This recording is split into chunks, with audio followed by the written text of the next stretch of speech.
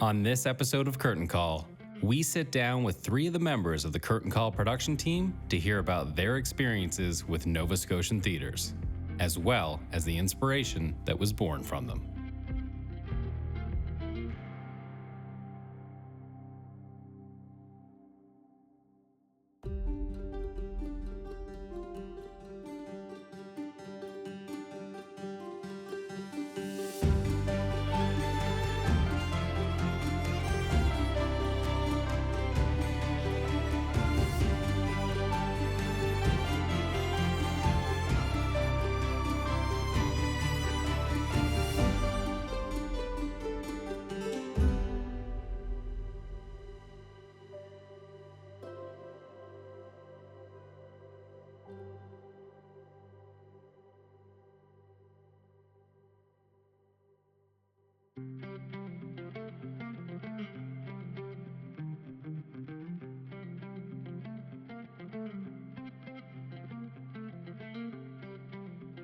During the production of this very show, Curtain Call, the team and I had many different conversations about our own time in theaters, on stage, and as performers. I quickly realized that the conversations were something that was worth capturing as we told the story of Nova Scotia's theaters for the series.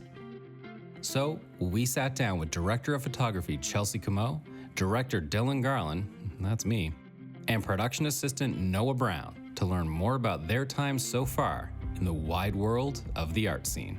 Hi, my name is Chelsea Comeau, and I am a director and cinematographer in the film industry, and I'm also a step dancer on stage. My name is Noah Brown, and I am a writer, director, and general crew person in the film industry.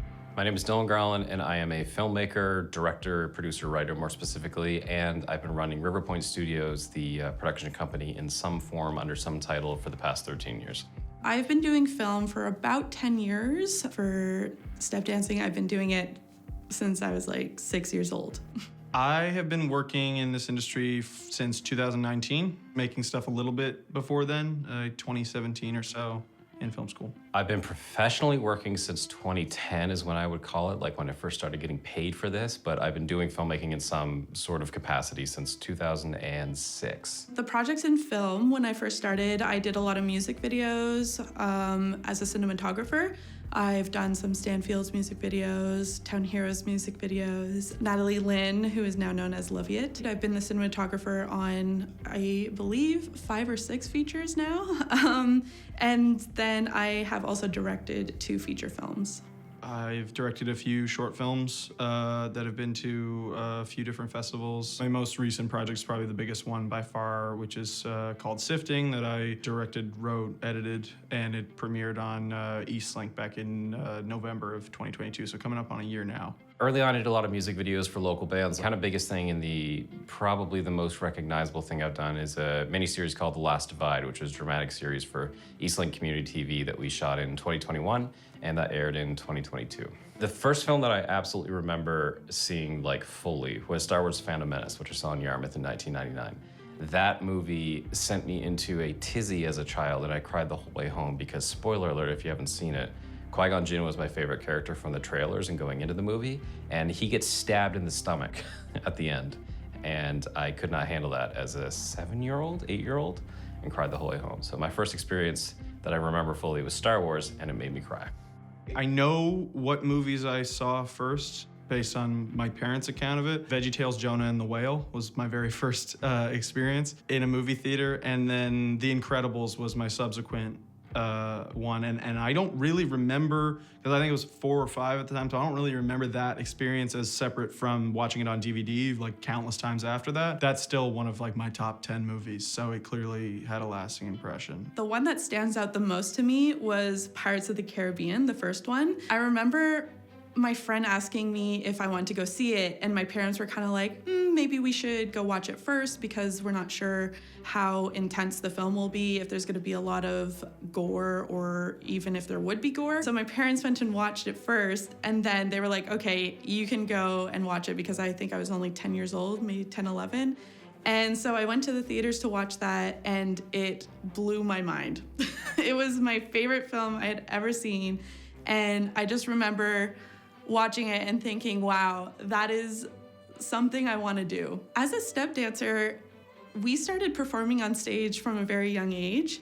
Ever since we started, we would put on these little shows at the end of the year for everyone to go see. Parents, really anyone in the community who wanted a ticket could go see these shows. So I've been performing on stage since I was 6 years old. It's so fun when you first walk out and you see all these heads in the audience, and it's just so, the adrenaline that pumps through your veins when you're a little kid and you get to dance in front of all these people for the first time is so exciting.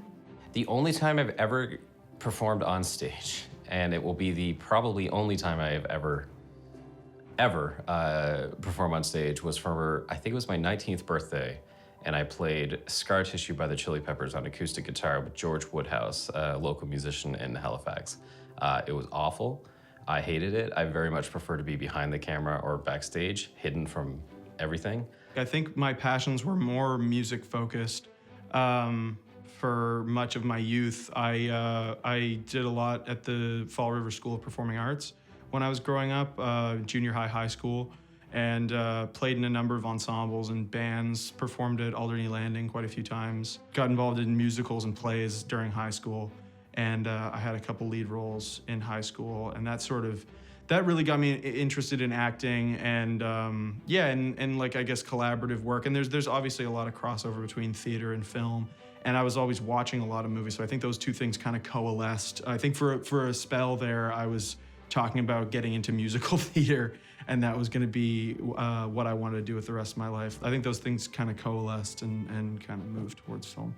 The most memorable performance I've ever done was for the Royal Nova Scotia International Tattoo. I believe they can fit probably 6,000 to 8,000 people in the arena. To be able to walk out in a stage full of 6,000 people is incredible.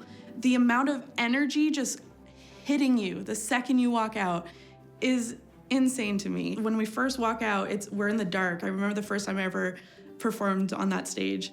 We were in the dark, we were walking out in back of this band. The second the lights turned on, once we were ready to perform, I just remember feeling the adrenaline hitting you. Your blood's pumping and your heart's beating so fast, but at the end of the performance, once you finish, once you end with your pose, the claps from everyone just hitting you is just so beautiful. It's one of my favorite feelings in the world, and I wish I could do that all the time. I have performed in front of someone notable, and that would be the Queen of England. When we were doing the tattoo one year, she was supposed to go to the tattoo, but it ended up that she couldn't, and she was in Nova Scotia anyway, so the tattoo put on a performance for her, so I was really lucky enough to be able to go and dance for the Queen of England. And then the other time, I was able to dance in the Vancouver 2010 Olympics for a medal ceremony. So that was very exciting for us to be able to go and dance there.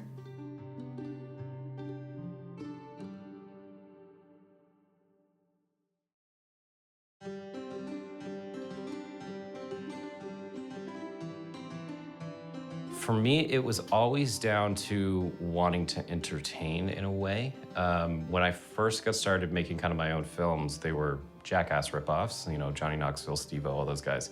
And we did a ripoff called The Dukes of Hazzard, which was just silly stunts and pranks and everything like that. But we had a premiere at kind of a local restaurant dance hall in Barrington Passage, my hometown. And that premiere, even though there's like, 100 people there maybe, it was just kind of intoxicating in a way, where we were able to make something out of nothing, a couple of small camcorders and a little bit of time after school. But we were able to make a movie, put it in a venue, and have that premiere in front of people and have an audience, laugh, just enjoy themselves and have a really good time. Being able to tell that story to an audience and having them kind of remove themselves from reality, because we all know reality is kind of crap. It sucks most of the time.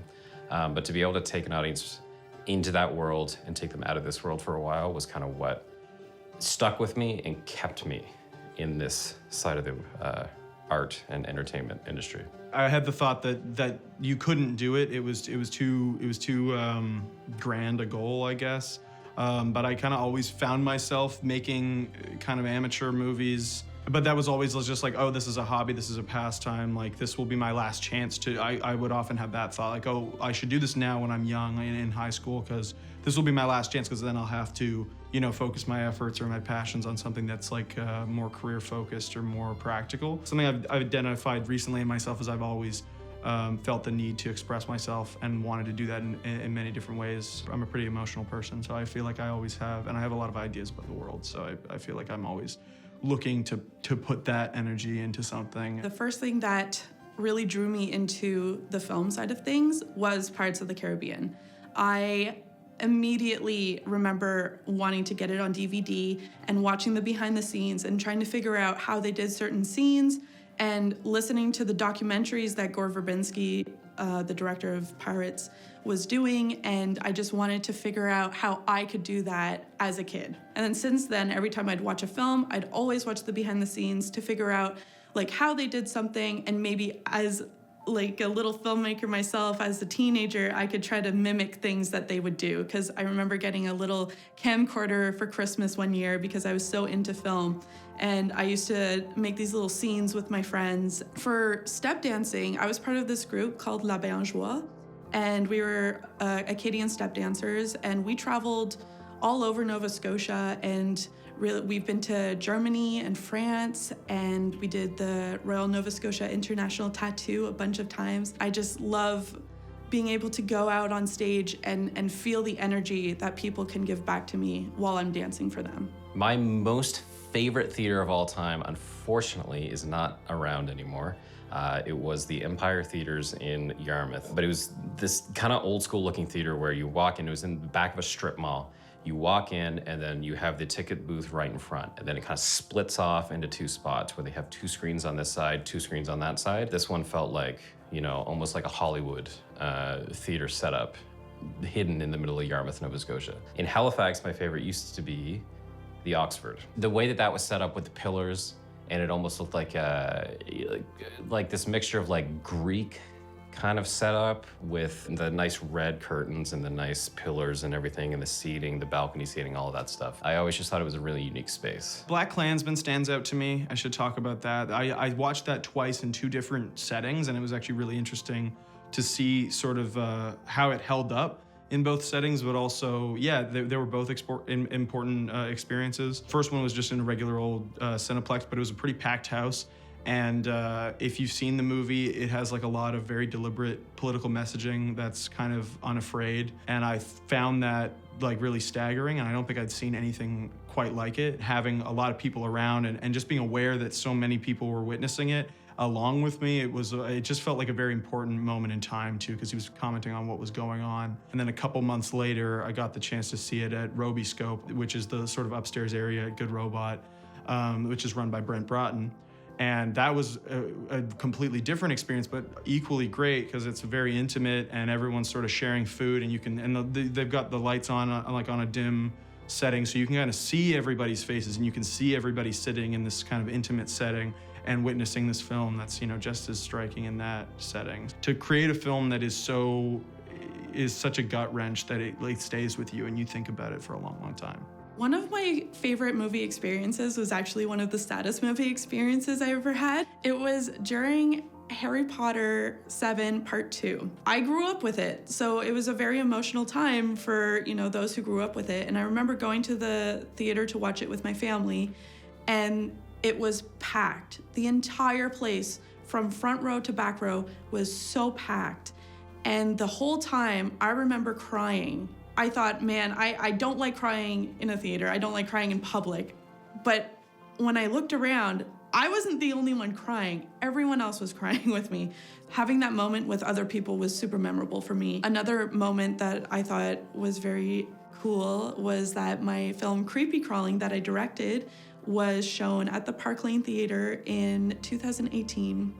And that was an incredible moment for me as a director, to have people see my movie on a big screen.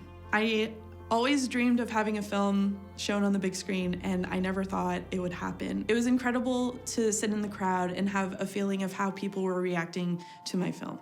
I saw, which didn't end up being one of my favorite movies, but it was a fun experience. I saw Mamma Mia in the old Shelburne Theater in in Shelburne County, which is not operating anymore. But it was like this perfect blend of like musky, the seats were damp, the screen was like flickering the whole way through, and it just like kind of smelled like an old sofa in there. But just the experience of being in this like rundown theater compared to always being kind of in the cleanest theater you can be with either Empire Theaters or now Cineplex was a fun experience.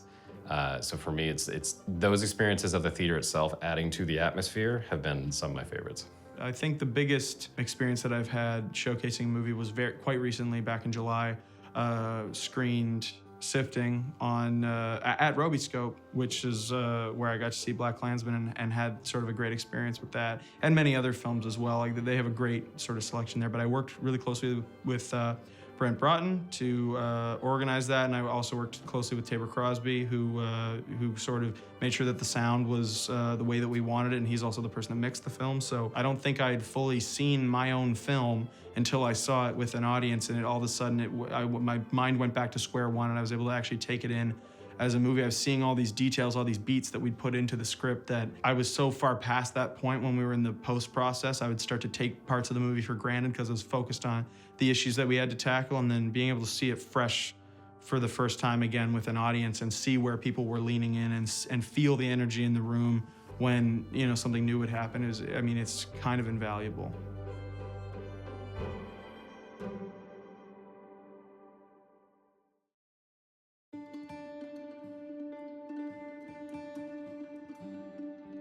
Thankfully, I've gotten to show some of my work in kind of different venues over the years. We got to show the film that I directed, Afraid to Speak, in Parsboro, and it was just a church that was kind of set up and reworked to be a theater space to show the films. 30 people, very small, but it kind of gave you that intimate kind of setting for an artist talking to the audience, especially afterwards, because I wasn't in a theater with 300 people and kind of getting washed out and drowning in a sea of faces. It was kind of 30 people coming to watch a film and then discussing it afterwards. Two of the coolest things I've ever gotten to kind of showcase my work at, one was at the Valley Drive-In Theater in near Wolfville, and we got to show a trailer of a TV show, The Last Divide, in front of movies that were playing at the drive-in, but we actually filmed at the drive-in itself, so within the trailer is a shot of the drive-in that people were watching the trailer at, so I thought that was kind of cool. Another one was we did a video for Hockey Nova Scotia with the Town Heroes, and it was just kind of showcasing, like,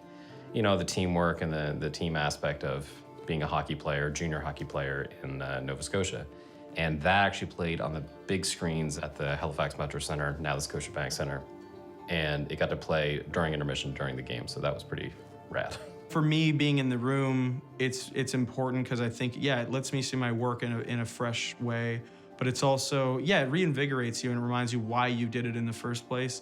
And I truly think, like, specifically with the process of Sifting, where it was a feature film and I worked on it for years, started writing it in 2019, and then worked pretty heavily and was very involved in the post process of it. I don't think the loop would be complete had it not been screened in public for an audience. I just don't think I would have been able to internalize or experience closing of the loop and feeling everyone respond to something that you made and you put a lot of work into.